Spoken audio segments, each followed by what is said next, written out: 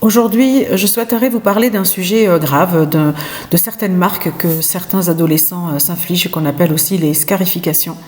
La scarification, c'est une incision pratiquée sur la peau par donc un objet coupant qui provoque souvent un saignement, qui laisse une trace sur le corps et probablement aussi au niveau de la psyché. Et au niveau de la peau, les adolescents se font ces entailles et provoquent une cicatrice corporelle.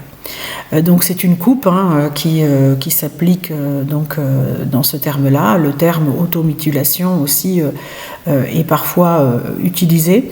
Donc le terme de scarification est plus largement connu. Cela inclut toute forme de coupe avec des objets pointus, y compris avec d'autres objets quels qu'ils soient. Et donc les adolescents à ce moment-là se font volontairement du mal en incisant leur peau. Et certains signes de ces coupes laissent des cicatrices pour toute la vie. On peut les voir pour certaines personnes, souvent à l'intérieur de l'avant-bras. On voit des traces qui sont la plupart du temps parallèles et d'autres signes que l'on peut avoir pour repérer ça, c'est quand les adolescents portent volontairement des vêtements très longs, notamment dans les bras, quand ils portent des manches longues malgré la canicule. Ça peut être une raison pour eux, une façon pour eux de masquer cela. Donc, par contre, c'est vrai que quand les adolescents se retrouvent d'une certaine façon en maillot de bain ou les bras nus, des fois on peut repérer ce genre de marque. C'est vrai que c'est quelque chose qui est assez douloureux, puisque c'est des entailles qui peuvent aller jusqu'au sang. Certaines sont plus ou moins profondes. Et les plus courants, les poignets, les bras, le ventre, les cuisses. Et l'automutilation qui est essentiellement... qui concerne essentiellement les jeunes femmes, les jeunes filles à la puberté particulièrement, puisque ça touche majoritairement les adolescents, mais pas seulement. On considère quand même qu'un adolescent sur 6 serait scarifié. Donc même si cela ne se limite pas aux adolescents, et pas que aux jeunes filles, c'est quand même ce public majoritairement qui est ciblé par ce genre de comportement. Donc, parlons maintenant de ce que la scarification n'est pas. Ça ne peut pas être, comparé à une tentative de suicide. Ce n'est pas la même chose, mais ce n'est pas non plus juste un moyen d'attirer l'attention. C'est un signe d'un profond mal-être et d'un appel au secours évident.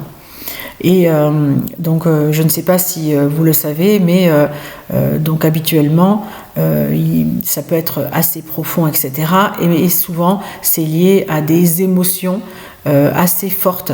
Beaucoup de parents nous demandent, moi je travaille dans l'éducation nationale, comme j'ai pu déjà vous le dire, beaucoup de parents sont interpellés par cette question et nous posent la question, mais pourquoi est-ce qu'ils font ça ? Pourquoi est-ce que on se ferait du mal intentionnellement? Même d'autres personnes posent cette question.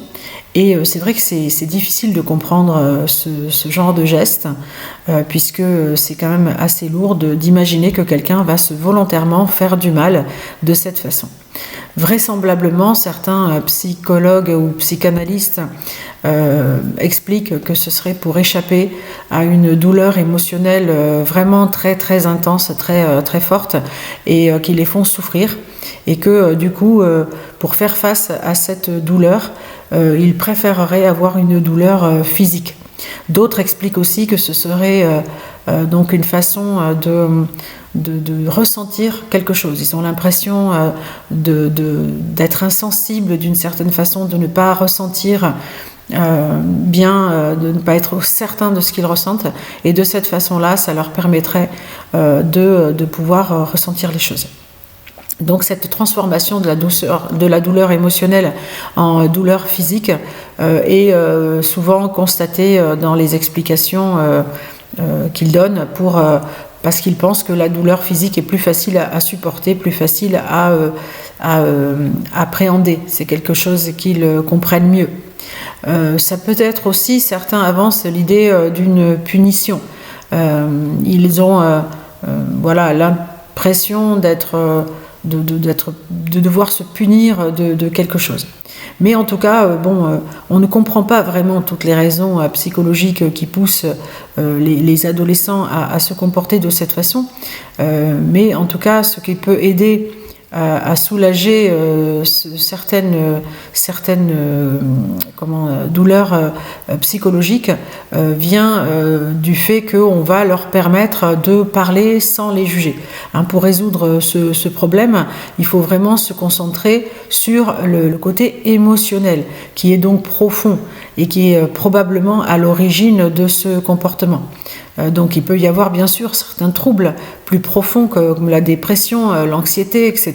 qui sont associés à cela, peut-être même des troubles bipolaires. Mais en tout cas, elle peut être aussi associée à des troubles de l'alimentation d'ailleurs. Mais disons qu'il n'y a pas vraiment de règles. La raison pour laquelle les enfants se coupent est individuelle et elle est impossible à expliquer d'une façon uniforme. Il n'y a pas d'absolu. Chaque personne est individuelle et est unique. Et donc, c'est impossible d'avoir, une explication qui convient à tous. Mais alors, la question c'est que peut-on faire dans ce cas-là ? Eh bien, il existe de nombreuses façons de faire face à des gros problèmes comme une profonde douleur émotionnelle. Et on sait qu'aujourd'hui, la question de la santé mentale, en particulier des adolescents, est assez mal appréhendée par notre système et en particulier par l'école. Et mais il est évident que là, il faut faire appel quand même à un professionnel, un psychothérapeute, un psychologue, qui peut venir aider par la pratique de l'écoute en particulier, pour avoir les compétences pour pouvoir aider à la résolution de cette douleur émotionnelle. Si vous connaissez quelqu'un ou que quelqu'un que vous aimez vous parle de quelqu'un qu'il connaît, etc., il faut ne pas juger, ne pas dire « Oh, mais pourquoi il fait ça ? Oh, mais je ne comprends pas, mais quand même, c'est pas normal, il faut qu'il arrête, etc. » Et en fait, même certains parents me disent parfois qu'ils vont supprimer tous les couteaux, qu'ils vont supprimer tous les objets qu'ils pourraient utiliser. Ça ne fonctionne pas. On ne peut pas, si vous voulez, complètement supprimer ça. Moi, j'ai vu des adolescents se blesser avec des bâtons, avec des cailloux, avec des objets vraiment très très éloignés d'un objet auquel on penserait au premier abord. Donc même avec leurs dents, avec leurs ongles, enfin il est impossible d'interdire cela. La seule chose qu'il convient, c'est de permettre à l'enfant, à l'adolescent plus souvent, de parler, un espace de parole libre, essentiellement basé sur l'écoute, c'est-à-dire l'écoute active, comme je l'avais déjà précisé dans une précédente vidéo, qui se contente d'écouter sans jugement, sans apporter de solution ni de conseils, juste essayer de comprendre, dire que vous pouvez l'encourager à obtenir de l'aide, etc. Et si c'est pas un enfant, donc si c'est pas votre enfant, il est quand même essentiel d'en parler aux parents de ces enfants-là. Il faut absolument que les parents sachent ce qui se passe. Et il faut les encourager le plus possible à ce que ce soit eux qui en parlent à leurs parents. Mais il faut savoir que les adolescents sont méfiants avec les adultes souvent. Mais il est important de mettre un cadre bienveillant, un cadre où il n'y a pas de jugement et où on explique qu'il peut parler, tout simplement. Pas plus. Pas de commentaires, et justement, au contraire, un message juste d'amour, qu'on l'aime et qu'on veut l'aider. Et moi j'ai déjà vu plusieurs élèves, puisque si on considère qu'un adolescent sur 6, alors bien sûr on n'est pas toujours au courant des situations, mais il y en a beaucoup. Pour les parents, c'est compliqué parce qu'ils ne comprennent pas, ça crée vraiment une énorme incompréhension, parfois même un sentiment de culpabilité, alors que les adolescents finalement parlent peu. Quand on leur demande pourquoi, qu'est-ce qui ne va pas dans leur vie et pourquoi ils sont pas bien, pourquoi ils sont malheureux, souvent ils disent je ne sais pas. Et c'est vrai qu'ils ne sont pas très loquaces et ils vont pas tellement développer les façons qui les poussent à agir. On a plus d'informations des jeunes adultes qui parlent du moment où ils se scarifiaient, et c'est comme ça qu'on arrive à avoir quelques réponses, et souvent ils parlent à ce moment-là d'un soulagement. La douleur à ce moment-là leur apporte un soulagement, leur fait du bien dans le moment où ils le font. Donc ça paraît effectivement contradictoire, et que même si on sait que ça touche principalement les filles, comme on l'a déjà dit, il n'y a pas, d'uniformité. Toutes les histoires sont uniques, comme je le disais plus tôt. Et mais souvent, ce qu'il faut se dire quand même pour se rassurer, c'est que ça passe à l'âge adulte. Même si il faut quand même, de mon point de vue, il faut expliquer que la vie s'améliore, qu'il ne sera certainement pas nécessaire à l'avenir de procéder de la sorte, mais il faut vraiment s'assurer d'un suivi.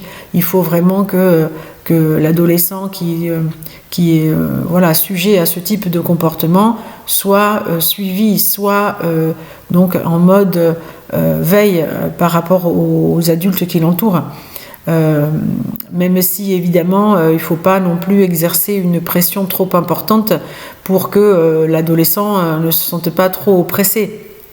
Mais disons qu'il faut quand même toujours lui montrer qu'il y a des personnes autour de nous qui sont là pour nous aider, et ça c'est déjà même un bon signal à avoir pour tout le monde, parce que il est important aussi pour même quand on est adulte, de voir qu'il y a des moments où on peut avoir besoin d'être aidé. C'est pas un défaut majeur que de devoir avoir besoin de quelqu'un pour avoir de l'aide, que ce soit un thérapeute ou pas. Et donc donner le message à un adolescent que à certains moments donnés dans notre vie, quand on a besoin de l'aide, il peut y avoir des personnes vers qui on peut se tourner. De toute façon, c'est une bonne leçon, de vie qu'on peut leur donner de manière générale. Donc vous-même, de votre côté, assurez-vous d'être à l'écoute de vos besoins émotionnels, d'être en capacité de surmonter seul certaines douleurs qui peuvent vous arriver au fur et à mesure de votre vie. N'hésitez pas à vous faire aider. Ce n'est pas grave qu'on puisse avoir besoin de l'aide, et puis de toute façon nous sommes des êtres sociaux, nous vivons en société, nous avons tous besoin les uns des autres.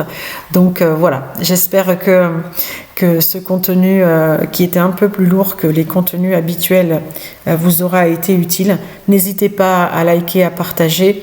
Et merci aussi de vous abonner si ce n'est pas déjà fait. Merci aussi à tous ceux qui l'ont déjà fait. Voilà, je vous souhaite une très bonne journée. Prenez soin de vous et donc à très bientôt. Merci.